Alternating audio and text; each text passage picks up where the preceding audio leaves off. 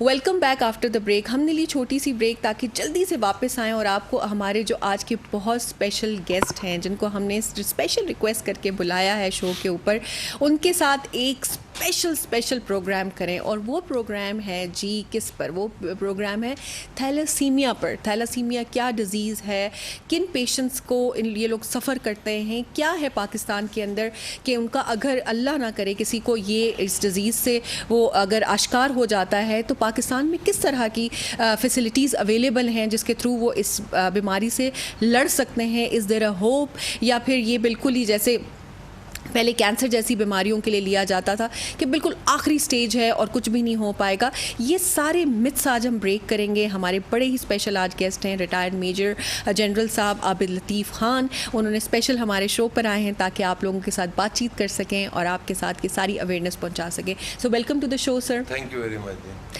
سر کچھ تو پہلا اپنا بیک گراؤنڈ بتائیے, کچھ اپنے بارے میں بتائیے.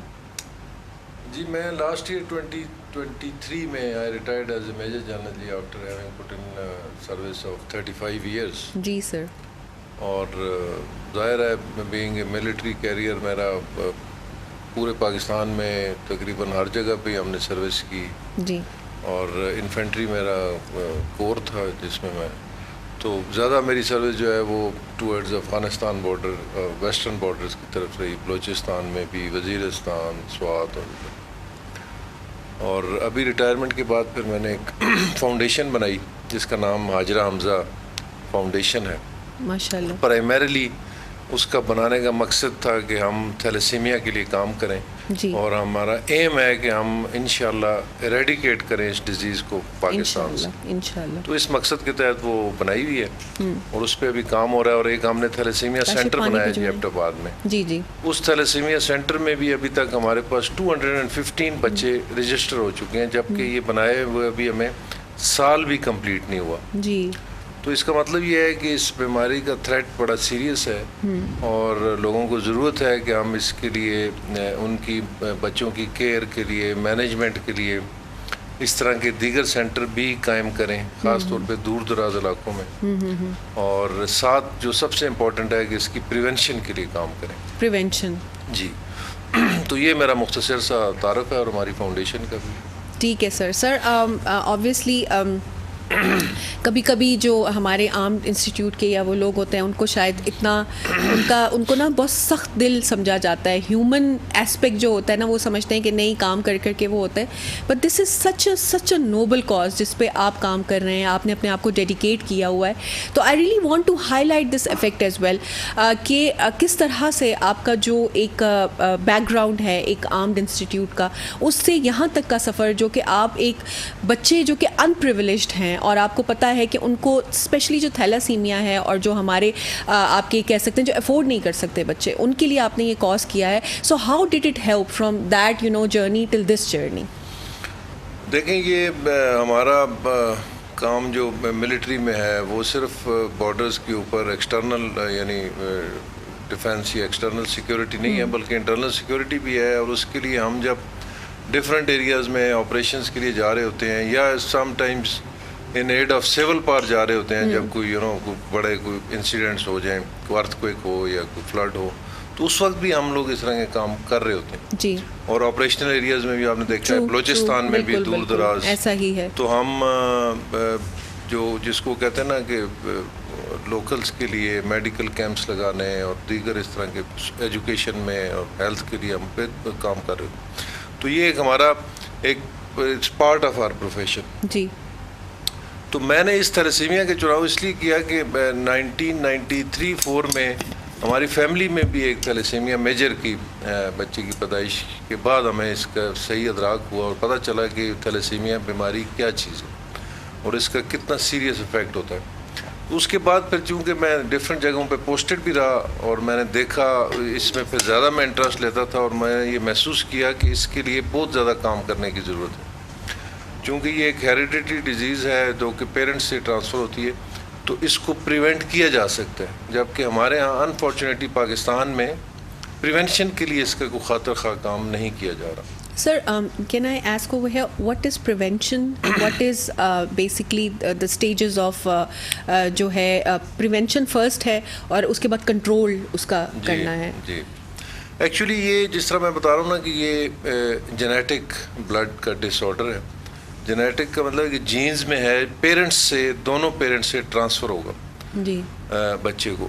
تو اس کا یہ ہے کہ ایک تھیلیسیمیا کی جو اقسام ہے, ایک ہے تھیلیسیمیا مائنر جس کو تھیلیسیمیا کیریئر بھی کہا جاتا ہے اردو میں. So that's not a something serious. جی لیکن سیریس یہ ہے کہ ان کو تھیلیسیمیا مائنر یا کیریئرز کو پتہ نہ ہو کہ وہ تھیلیسیمیا کیریئرز ہیں.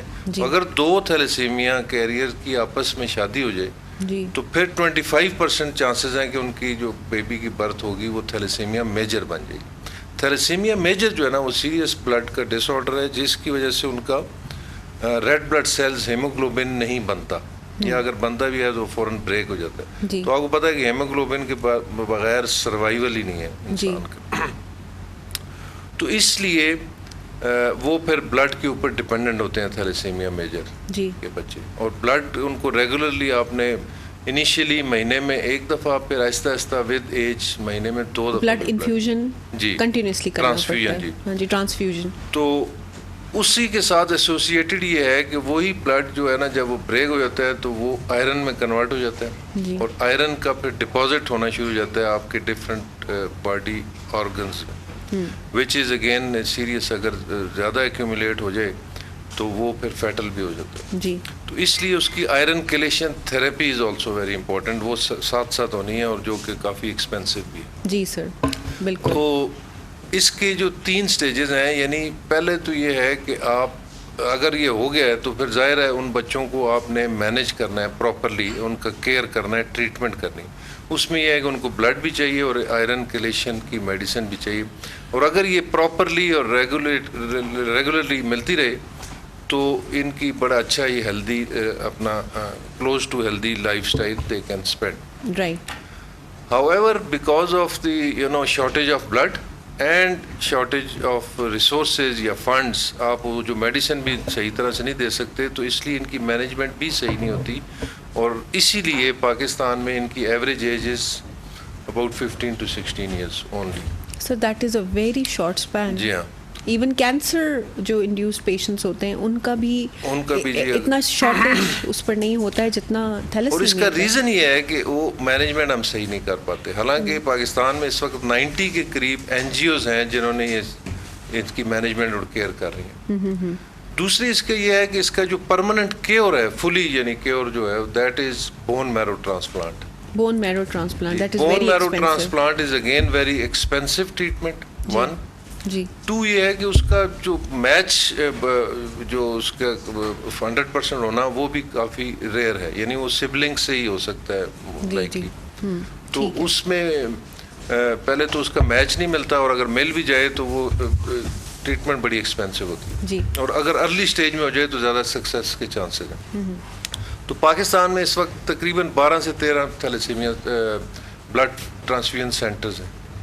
تو وہ یہ 4 ملین سے لے کے 6 ملین تک اس کے اوپر کاسٹ آتی ہے. So again very expensive.